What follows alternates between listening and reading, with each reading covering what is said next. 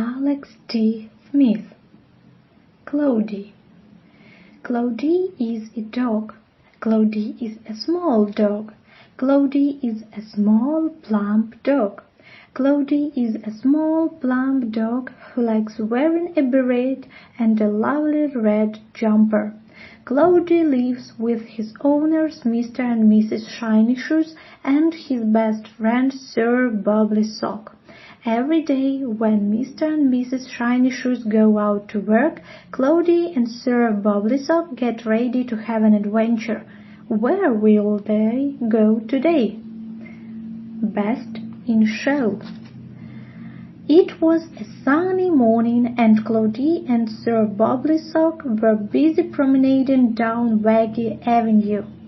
Suddenly, they saw something very interesting indeed.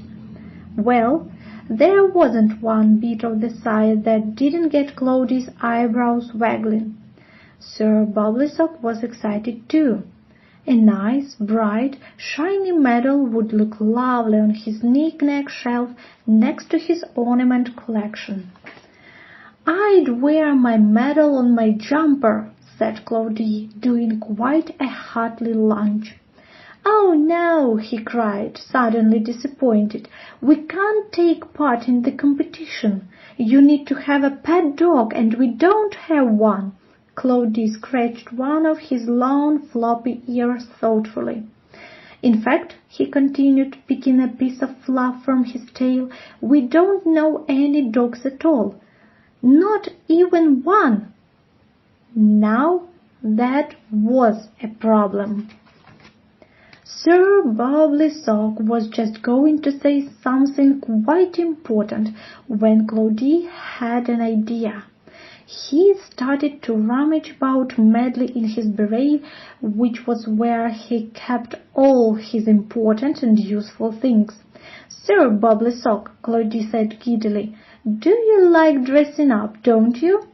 Like it. Sir Bubbly Sock lived for dressing up, so he didn't say his quite important thing and let Claude carry on with his very clever idea. "Perfect," said Claude, "but I think you need a nice doggy sort of a name. How about Sir Doggly Sock?" "Oh no," said Sir Bubbly Sock, admiring himself from all angles. "I'm definitely a Butch." Claude couldn't disagree with that, so he and his new pet dog Butch skedaddled off to the park where the dog show was about to begin. In the middle of all the owners and their dogs was a bossy-looking man with a megaphone. "My name is Mr. Jack Russell," the man boomed. "I am the judge of today's dog show." He explained that there would be several mini competitions and each winner would get a shiny medal. Claude and Butch both nearly wagged their tails off with excitement. "Right-o!" yelled Mr. Jack Russell. "Let the show dog begin!" The first contest was the best at looking like a dog competition. Mr. Jack Russell looked at the dogs very closely in turn. Claude held his breath as the judge eyeballed Butch all over. The judge sniffed into the megaphone. "This dog's fur is a bit bubbly." And they awarded the medal to a dog called Lady Dainty Toes. "Never mind, Sir Bubbly Sock," whispered Claude. "There are lots of competitions left." Next up was the very fast scramper race. All the dogs lined up on the starting line, and Butch focused on the ribbon stretch across the finish line. "Ready!" cried Mr. Jack Russell. Butch got ready. "Steady!" cried Mr. Jack Russell. Butch got steady. "Go!" cried Mr. Jack Russell. But just as Butch was about to get going, someone in the park opened a flask of tea and a packet of cucumber sandwiches, and Butch turned and ran toward the picnic. A collie called Wobbles won the race. "Never mind," said Claude. "There is still time to win something." But the next 3 competitions were disasters. In the nice lie-down competition, Butch lay down but couldn't get back up because of his knees. In the best bark contest, Butch got flustered and sang 3 rounds of 10 big niggers drying on the lines instead. And Butch set out of the duck pond dash as he didn't want to get his hair wet. The last competition of the day was the obstacle race. "This is our last chance to win a medal, Sir Bubblysock," whispered Claude. Sir Bubblysock was nervous. "Just do your best," said Claude, and he patted his friend nicely on the head. Mr. Jack Russell blew his whistle and all the dogs got going. Butch managed the tunnel bit beautifully, and he wasn't bad at jumping through the hoops. He avoided the seesaw because it made him feel funny and instead headed straight for the wibbly-wobbly sticks. Butch was waving through the sticks in first place when right at the last moment his glasses chain got caught around a pole. Instead of crossing the finish line and winning the medal, he whisked around in circles until Claude ran over to save him. A bulldog called Queenie won. Sir Bubblysock signed. He was feeling a bit droopy.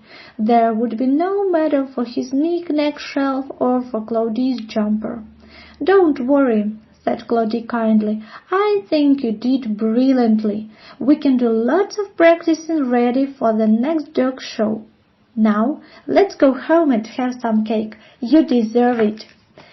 They were just by the park gates when they heard a woman cry, "Help! Help! My cupboard stuck up a tree!" Claude and Sir Bubblysock dashed back to see what was happening. It turned out that all the other dogs had been having a jolly play after the competitions had finished. Lady Dainty Toes had jumped on the seesaw, sending a tiny chihuahua flying into the branches of a very tall tree. "However will we get Cuthbert down?" bloomed Mr. Jack Russell. "I will save him," Claude cried, and leapt onto the one end of the seesaw. Then he called all the dogs to jump on the other end. Claude boinged up into the air, boing! But it was no good. He couldn't get quite high enough to reach poor Cuthbert. Butch," cried Claude, "if you join it too, I'll be able to reach him." Sir Bubblysock quivered at all the seesaw and all the jolloping about, but he knew he had to rescue poor Cuthbert. Sir Bubblysock took a deep breath. He shut his eyes. He bent down, took a flying leap, and jumped onto the seesaw with all the other dogs. Claude boinged up once more, and it worked. He scooped Cuthbert safely off the branch with his beret and brought him gently back to earth. "Hooray!" cried everyone. "That was wonderful!" Mr. Jack Russell yelled. "I declare you and Butch the best in show!" Everyone cheered, and Mr. Jack Russell draped one medal around Sir Bubblysock and pinned the other to Claude's jumper. What a wonderful afternoon it had been! Later that evening, Mr. and Mrs. Shiny Shoes came home from work and found Claude in his bed in the kitchen. "Goodness," said Mrs. Shiny Shoes, "I wonder where that medal came from. Do you think Claude knows anything about it?" Mr. Shiny Shoes laughed. "Of course not," he said. "Claude's been fast asleep all day." But Claude did know, of course, and we do too, don't we?